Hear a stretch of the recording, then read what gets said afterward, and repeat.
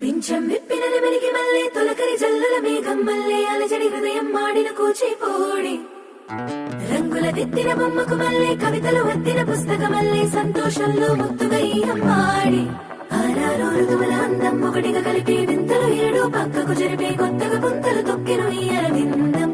అమ్మమ్మో తాండవమాడే కృష్ణుడి నుండి వేణువ గానం తీయగ పండి రాధకు ప్రాణం ముప్పొంగే ఆనందం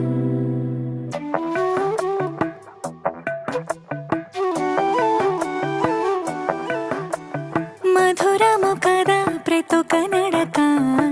నీతో కలిసేలా